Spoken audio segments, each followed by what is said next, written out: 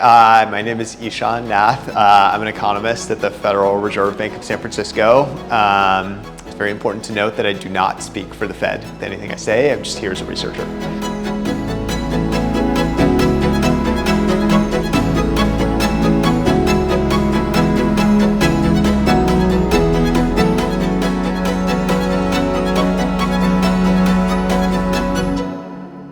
I'm very excited to be here. I'm very excited to meet so many great people who are writing really amazing papers on important topics.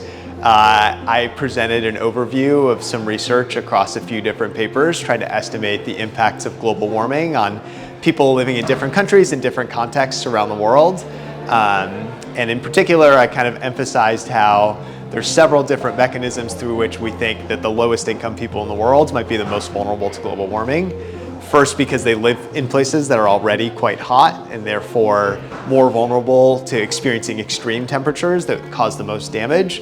Second, because we see evidence that lower income individuals throughout the world have fewer resources with which to cope with extreme exposure to extreme events, such as like air conditioning and things like that.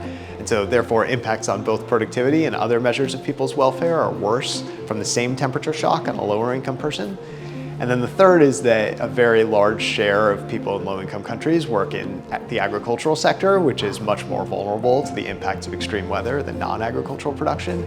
So in the lowest income countries, it's still the case that nearly two-thirds of workers are working in agriculture, which we think is the most affected sector. So there's a number of reasons why we think that certain countries are hit a lot harder than others by climate change.